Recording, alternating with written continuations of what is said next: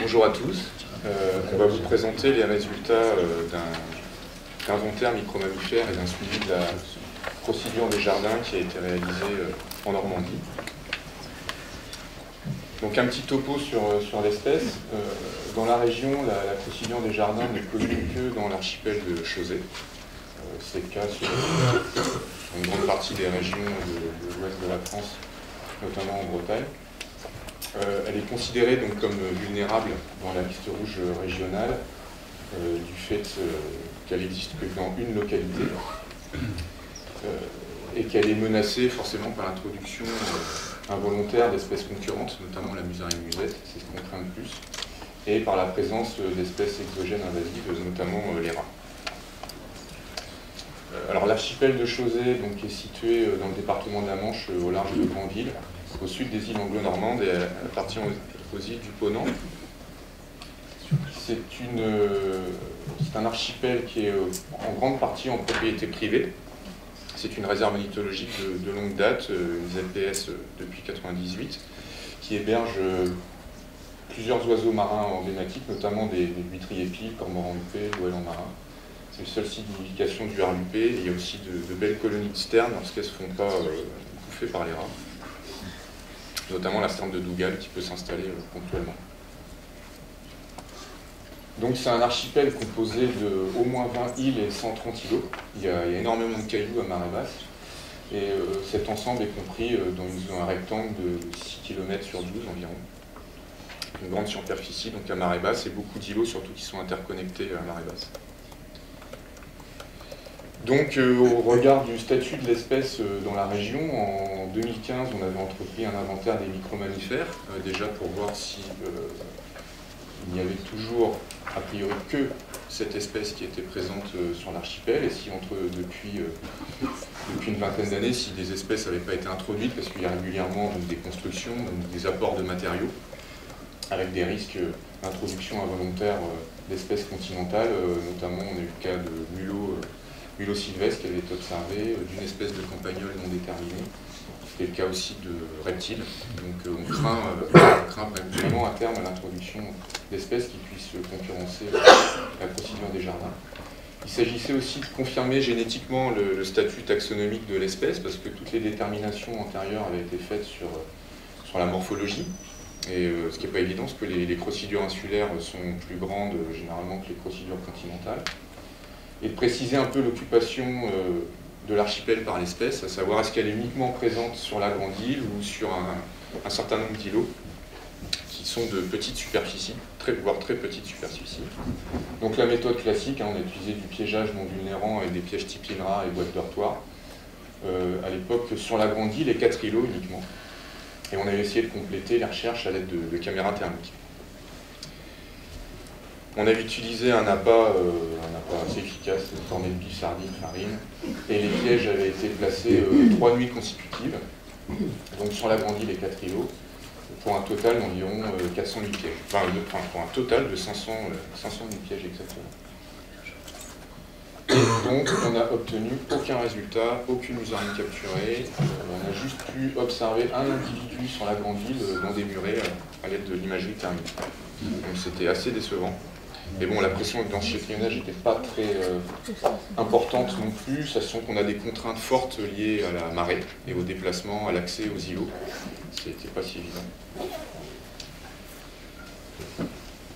Donc, à la suite de ça, avec la discussion avec le GON notamment, qui avait pour projet, depuis le groupe ornithologique normand qui suit les populations d'oiseaux marins sur l'archipel, qui avait en projet depuis longtemps de mener une campagne de dératisation. On avait rediscuté à l'époque, et donc le projet a germé. Parallèlement, on a réussi quand même à obtenir des cadavres suffisamment frais, parce qu'en fait, il y a des crocodiliens qui sont régulièrement tués par des chats sur la grande île. Des cadavres suffisamment frais en 2019 qui ont été donc identifiés comme étant des procédures des jardins après transmission au laboratoire en Antagène. On était content, a priori déjà, elle était toujours présente. Donc moi je vais vous parler un peu plus en détail de la phase de dératisation. Donc elle a été effectuée à la fois sur la grande île et sur l'ensemble des îlots. donc avec des postes d'appâtage suivant un quadrillage. Donc, le poste d'appâtage a été posé tous les 25 à 30 mètres et environ 15 mètres dans les zones de forte fréquentation du rat, donc surtout sur la Grande Île. Donc il y a eu une quantité définie d'appât de mise dans les boîtes afin de savoir en fait la quantité consommée par le rat. Donc ils ont utilisé un raticide anticoagulant, donc c'est la société Help SARL qui a effectué la dératisation. Donc il y a eu 2 périodes d'intervention, d'octobre à novembre 2020, donc ça a été une phase de test de la dératisation sur la partie ouest, donc qui comprend la Grande Île, et la véritable phase de dératisation a été effectuée entre octobre et décembre 2021, avec un contrôle journalier des boîtes d'appât tous les jours, puis tous les 2 jours en fonction de la fréquentation des boîtes. Donc c'est une action qui est similaire en fait, qui a été faite aussi sur d'autres îles du Ponant, donc surtout en Bretagne, par exemple Tomé ou l'archipel des Sept-Îles. Donc en parallèle de cette dératisation, ils ont aussi effectué un suivi de la Crocédure des Jardins, donc suivant les mêmes objectifs qu'en 2015 pour le GMN. Et donc pareil, une méthode de piégeage sur la Grande Île et 13 îlots à l'ouest en 2020 et 15 îlots à l'est en 2021. Couplé à ça, ils ont aussi posé des pièges photos devant les pièges des boîtes d'appât. Et ils ont aussi relevé les indices des crottes ou autres sur les boîtes d'appât. Au niveau de l'appât utilisé, c'est un peu différent de ce qui avait été utilisé en 2015. Là, c'est surtout beurre de cacahuète, flocons d'avoine et de l'huile de sardine pour le côté odorant. Les pièges ont été placés 5 nuits consécutives. Donc en 2020, au total, ça fait 1215 nuits pièges. Et donc ils ont capturé 6 crocidures. Il n'y a eu aucune recapture, parce que les individus ont été euthanasiés, afin de l'identification génétique et morphologique des individus. En 2020, ils ont aussi eu des indices de présence donc, sur les pièges, donc c'est des petites étoiles rouges donc, sur différents îlots malgré la non-capture en fait, dans les pièges de Crocédure. Et en 2021, donc, la même chose mais sur la partie donc, est de l'archipel avec 1177 nuits pièges mais aucune Crocédure capturée. Juste pour préciser, ce qui était intéressant, c'est qu'ils ont réussi à détecter la présence de l'espèce sur des îlots de vraiment de très très petites superficies, qui font parfois 0,2 hectares, 0,2 hectares, 19 hectares. Donc troisième inventaire, donc en septembre 2023, donc avec là l'objectif vraiment de suivre la population de Crocédure post-dératisation. Donc la méthode est globalement la même, avec du piégeage INRA sur la Grande Île et sur 9 îlots à l'ouest et 2 à l'est. En fait, on a fait le choix en fonction en fait, des résultats antérieurs, des inventaires antérieurs, afin de cibler les îlots avec plus de probabilité de présence de la Crocédure. Et aussi, on avait aussi des moyens humains et techniques limités, techniques qu'on ne pouvait pas en fait, aller capturer trop loin sur des îlots trop éloignés. Et en parallèle de ça, on a aussi utilisé la caméra thermique sur la Grande Île pour essayer de détecter la présence de l'espèce. Donc là, on a utilisé le même appât. Donc pareil, 5 nuits consécutives de pose de piège. Donc avec 1225 nuits pièges, donc à peu près identique à la session de 2020. Et donc là, on a capturé 94 Crocédures, plus 39 recaptures. Donc toutes les Crocédures ont été capturées sur la partie ouest, aucune malgré les deux îlots, donc c'est le Grand Puceau et le Grand Colombier qui étaient aussi inventoriés, où là on n'a pas eu d'individus.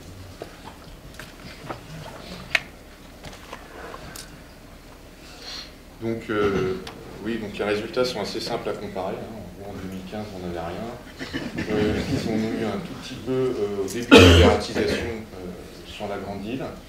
et donc un indice d'abondance qui a nettement augmenté. Alors c'est un indice d'abondance simple, hein, sans prendre en compte la désactivation des pièges. On a eu très peu de désactivation idem en 2020, enfin 2020-2023 liées à déclenchement intempestif lié à d'autres espèces. Mais on n'a pas pris en compte la capture des individus dans l'indice, mais bon, globalement ça ne change pas grand-chose. Les résultats sont assez similaires. Donc on a vraiment une réponse démographique forte et rapide de l'espèce. Donc sur l'île, on a eu presque 9 fois plus d'individus capturés en 2023 qu'en 2020. On a pu constater que la crocydure était présente dans tous les habitats, d'après les différentes lignes de pièges qui étaient disposées sur la grande île et sur les îlots. Et surtout, ce qui nous a le plus surpris, c'est que dès le premier soir de l'inventaire, on a fait un peu de caméra thermique, et en fait, il y en avait partout, quoi. Il y en avait sur les zones de pelouse, sur les dunes, dans la laisse de mer, et on pouvait même les capturer à la main. Donc c'était... visuellement, on pouvait le constater, c'était quand même très surprenant. Et on a même pu faire des observations diurnes dans la zone supra-littorale, parce qu'on avait une bonne visibilité, avec très peu de végétation. Donc, bon, c'est un phénomène très connu, en fait, qui avait été mis en évidence sur les îles bretonnes par l'équipe de Michel Pascal à la fin des années 90. Et donc là, la réponse démographique est clairement liée à la forte diminution de la population de rats. Donc là, on observe les mêmes choses à peu près de ce qui avait été constaté sur les îles bretonnes, dans des proportions voisines, voire supérieures. Au Sept-Îles, notamment à Bonneau, concernant la crocydure des jardins, ils avaient une multiplication par 15 de l'indice d'abondance en 4 ans. Là, ce qui nous paraissait original, c'est que la réponse démographique était vraiment rapide. Donc à peine 2 ans après la fin de la dératisation, on constatait vraiment une très forte augmentation. Mais en fait, il l'avait également constaté sur l'île Thomé. Alors là, ça concernait la crocydure musette, où ils avaient encore une augmentation bien plus élevée, d'un facteur presque 18 en 2 ans également, donc même pas de temps. Alors par contre, ce qui a été un peu triste, c'est qu'on avait placé également des boîtiers d'enregistrement chauve-souris sur la grande île pour avoir des données complémentaires sur le peuplement de chauves-souris et en période migratoire notamment. Et malheureusement, on avait 2 séquences enregistrées qui correspondaient à du rat, alors que on savait que l'éradication n'était pas complètement réussie. Il restait des rats sur deux grands îlots de la zone est. Mais malheureusement, on a pu constater avec les enregistrements qu'il en restait sur la grande île. Et donc l'éradication a échoué, et là, depuis, le rat a recolonisé quasiment tout l'archipel, et notamment la grande île. Et ce qui est dommage, c'est qu'il n'y a pas eu, c'est une dératisation qui a été effectuée sur des fonds Natura 2000, donc montés par le Conservatoire du Littoral, et malheureusement, ils n'ont pas voulu poursuivre, alors qu'il y a eu presque 1,5 million d'euros d'investis pour la dératisation. Donc le GON a continué à ses frais, mais malgré tout, le recoloniser l'archipel. Donc il y a un suivi programmé en septembre 2025, donc on verra bien ce que ça donne, mais on se doute un peu d'un résultat. Mais on verra si la population est quand même restée à un niveau élevé ou si elle a diminué très rapidement. Et moi je vais juste vous parler d'une petite observation qu'on a faite lors de la pose des boîtes, enfin des pièges INRA en 2023, donc au bord d'un muret en posant une des trappes. En fait, j'ai ramassé une bouteille de vin apéritif. Et le contenu de sa bouteille, c'était plus de l'apéro, mais plus d'une vingtaine de crânes avec les mandibules qui allaient avec. Et donc il s'est avéré en fait que c'était que des crocydures des jardins. Donc ça a permis de montrer la fréquentation des milieux bâtis, murets et habitations par espèce, même si on savait déjà. Mais la quantité de crânes est assez conséquente. Et il est compliqué en fait de dater exactement. La bouteille en fait était trop abîmée pour pouvoir exactement savoir à quelle période elle avait été posée. Mais c'est quand même un piège fatal pour ces espèces-là aussi. Même malgré que ce soit une île, il y a quand même des pièges. Merci de votre attention. On remercie le groupe ornithologique normand, notamment Fabrice Gallien pour son aide, son bateau, afin de faire les suivis, et aussi aux financeurs et au Conservatoire du Littoral. Voilà.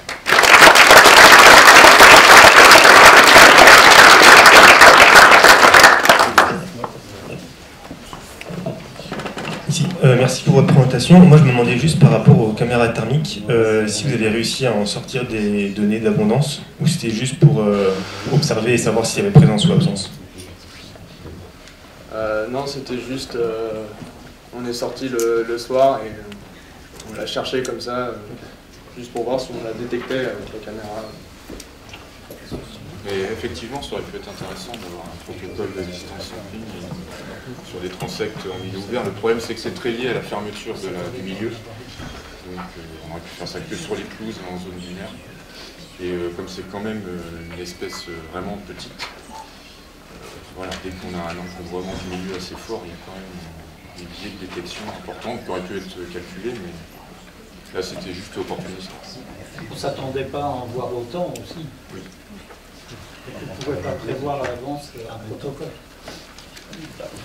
Ouais, j'ai une question, j'ai pas bien compris. Hein. En fait, cette musaraigne des jardins est absente du continent en Normandie. Elle est présente que sur ces îles-là. Mais comment ça se fait quelle est sa répartition localement comment est-ce qu'elle est arrivée là, quoi? Oui. Quel est l'historique de la répartition de la musaraigne des jardins sur les îles du Ponant? Oui, pourquoi est-ce qu'elle est là, quoi? Ça a été décrit dans plusieurs publications de Cosson et al. En 95 et par l'équipe de Michel Pascal aussi. En fait, l'idée c'est qu'en fait, auparavant, alors concernant Chausey spécifiquement, l'hypothèse c'est une introduction tardive de l'espèce. Et ce qui fait qu'elle serait présente que dans la partie ouest. Elle a été introduite sur la grande île, elle serait présente que dans la partie ouest où les îlots sont interconnectés à marée basse. Alors que tous les îlots de la partie est sont isolés. Parce qu'il y a toujours de l'eau, en fait, il y a un chenal qui fait qu'elle ne peut pas coloniser.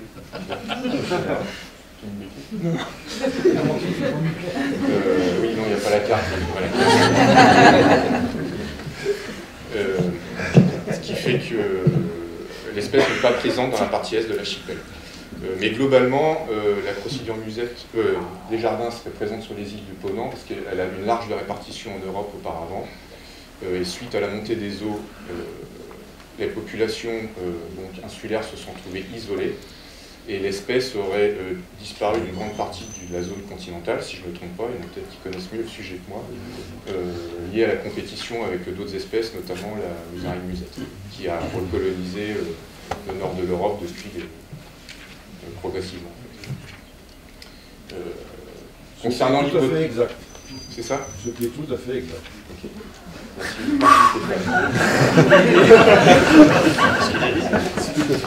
Par contre, concernant l'hypothèse d'une introduction récente sur Chausey, moi je ne suis pas forcément certain. En fait, l'espèce était peut-être aussi présente dans la partie est de l'archipel historiquement, mais comme on a des îlots de petite superficie et qui ne sont pas très connectés, potentiellement il y a peut-être des phénomènes stochastiques qui auraient conduit à une extinction locale sur les îlots de la partie est et qui pourraient expliquer sa répartition actuelle.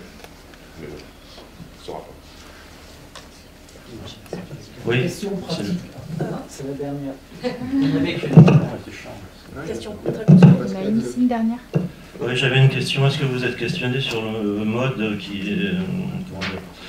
de quelle façon le surmulot avait une action négative sur les populations de musaraignes? Est-ce que c'est la prédation sur les portées? Ou est-ce qu'on n'a aucune idée? Ou quelle est la modalité de...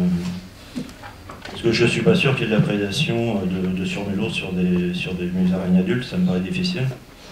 Pour quelle raison? Bah, je ne sais pas, de mobilité de la musaraigne par rapport au rat, la possibilité de se cacher, enfin, oui, enfin... Moi je pense que ça pourrait jouer plutôt sur les portées, mais je peux me tromper, effectivement. Peut-être. Alors là-bas, le rat est connu pour bouffer absolument tout. Oui, ça d'accord. Sur les îlots, il se nourrit même de coquillages, de... Je pense que... Non, mais je pense à la capture, le coquillage, toi, il est un peu moins rapide que la musaraigne. Non, mais je vous pose la question, hein, moi j'ai pas de préjugés. Bonne remarque, mais à mon avis, le rat a aucune difficulté à capturer des jeunes musaraignes. Oui, les jeunes, c'est ce que je voulais dire. Et ça doit forcément jouer sur la dynamique de la population, et donc elle doit trouver effectivement refuge dans des espaces confinés où sans doute elle ne peut pas être trop embêtée par les rats. Mais je ne me rappelle pas avoir lu des éléments précis sur sur la compétition, enfin les éléments. Oui, c'est pour ça que je vous demandais, moi non plus, j'ai jamais rien vu là-dessus.